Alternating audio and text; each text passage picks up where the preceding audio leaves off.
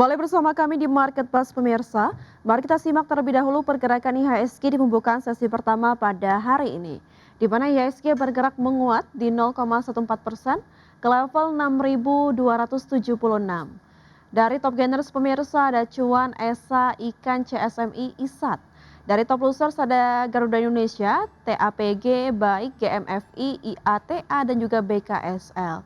Sementara dari pergerakan sektoral pemirsa ada infrastruktur yang menguat di 0,54%, teknologi menguat di 0,51%, sementara transportasi melemah di 1,19% dan kesehatan melemah di 0,13%.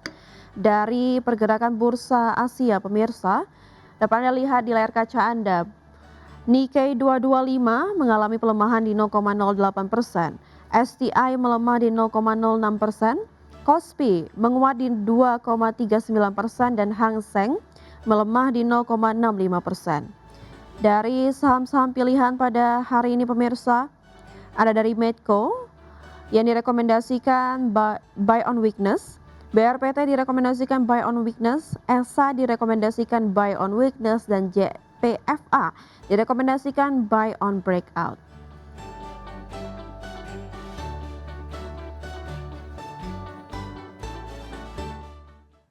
Dan pemirsa masih tersambung bersama Line Zoom bersama Bapak Hendry Widiantoro.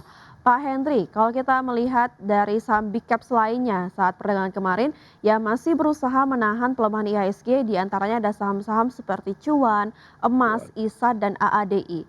Lalu secara valuasi, apakah empat saham tersebut sudah tergolong premium atau masih cukup undervalue sehingga kenaikan masih bisa berlanjut? Saya melihat untuk saham-saham tersebut penopang IHSG kemarin dan hari ini saya rasa melihat, untuk ADI cenderung, diskon murah. Namun untuk cuan di sini saya melihat secara valuasi cenderung relatif lebih mahal ya.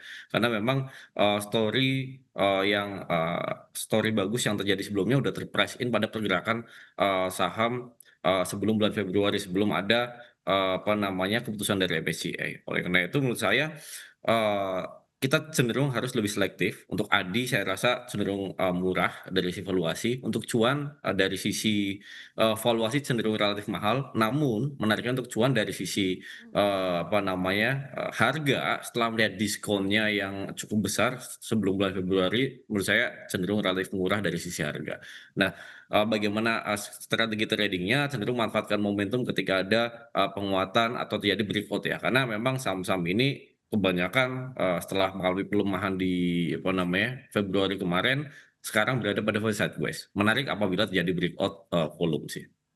Baik, Pak Hendry, kita selanjutnya beralih ke saham-saham pilihan ya pada pagi hari ini. Yap. Yang pertama ada saham Medco, support di level 1.265 dan resisten di level 1.435. Direkomendasikan buy on weakness. Silakan Pak Hendry. Oke, untuk Medco sendiri, kalau kita lihat sentimen berkaitan dengan ketegangan geopolitik saat ini ya, ini saham-saham yang sebenarnya momentum saja, trading momentum.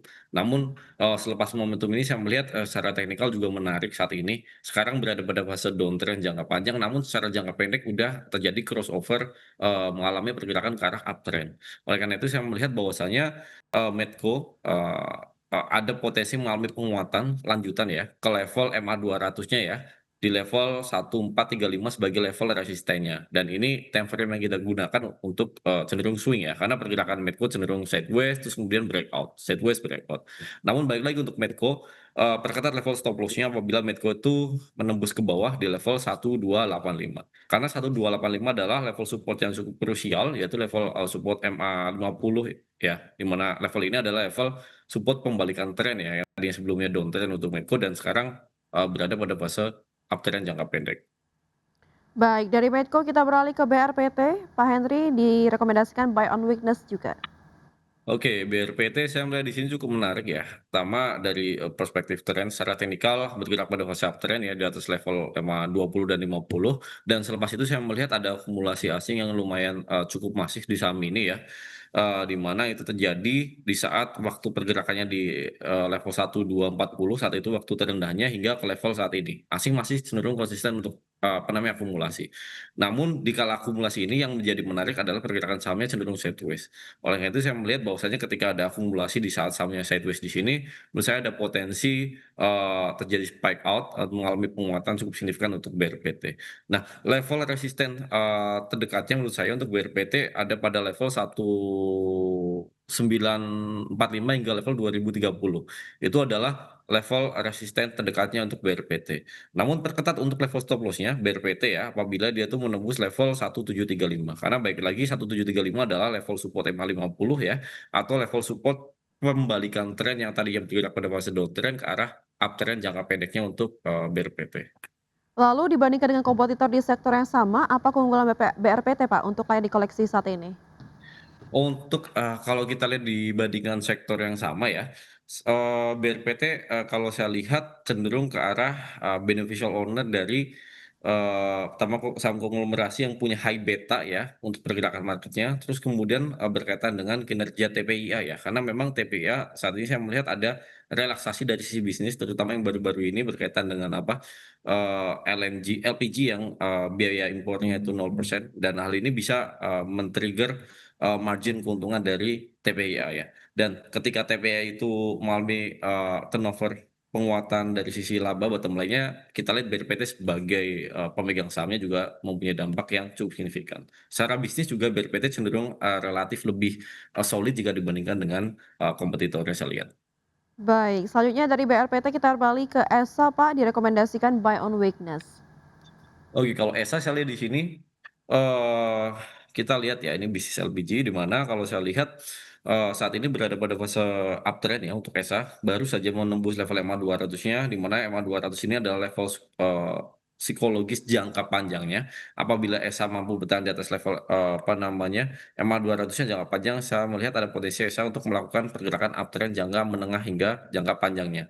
Kita lihat juga asing belakangan ini juga melakukan akumulasi di saham ESA dan, cenderung konsisten. Oleh karena itu, saya melihat ESA mempunyai peluang yang cukup positif dari sisi kinerja, dari sisi, inflow-nya, dan saya melihat ada potensi ESA ke level resisten terdekat di level 730, 765, hingga level 800 sebagai level resistennya.